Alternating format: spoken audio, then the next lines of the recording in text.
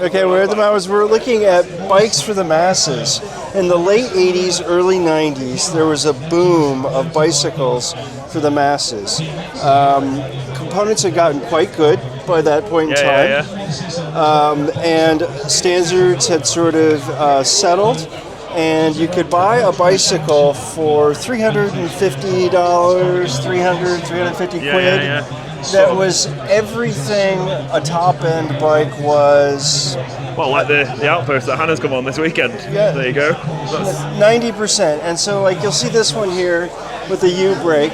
The U-brake identifies it as an 87 or an 88. This is a later one because it's moved from under the chainstay. These bikes all had full chromoly frames, or at least 3 tubes, and a chromoly fork. Oftentimes those tubes were not butted, and so the bikes tended to be a little bit heavier. They'd have single wall rims that weren't eyeletted. They'd have steel quick releases, and a lot of the components would be the high-end component from 3, 4, 5 years ago that had been slightly downgraded in terms of its materials, but otherwise was functionally identical. So you get steel derailleur cages instead of an aluminum one, but identical to the XT stuff of a few years earlier. And these are all 1 1/8 threaded headset bikes. And so this is a transitional year where we went from inch to 1 1/8, and it was threaded, and then very quickly evolved into a threadless headset.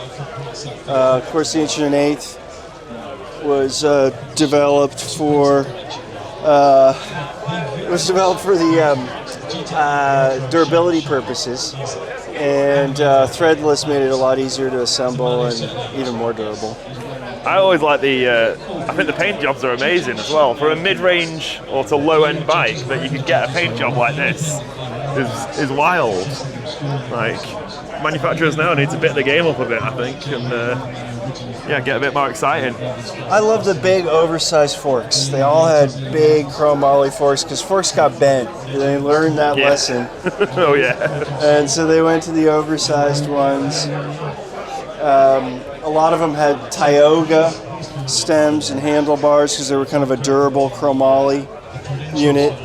The Shimano hubs with the free hub was a major innovation in terms of durability. Uniglide. And they're producing them now at a reasonable price point. I like on this one as well, you've got the, so this has an adjuster for the axle. So if your frame's not quite straight, or if your wheel won't sit straight in the frame, you can sort of just micro adjust it so the axle locks into place, which not the idea that I like the most, but it's interesting to see.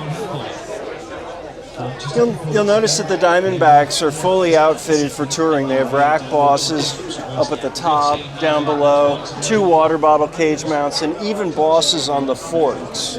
And that was common back in the day because people would carry a lot of gear with them, and they didn't have, this is pre-Camelback, pre-hydration system.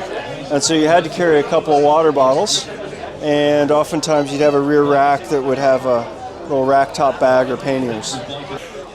And many of these you will not find the fork intact because it either bent or was replaced with a suspension fork, which came along 1 to 2 years later than these models. These bikes made it possible for ordinary people, to go out mountain biking and have a reliable experience without too much fuss and get into it for 3, 4. An enjoyable ride as well, rather than just a lead sled.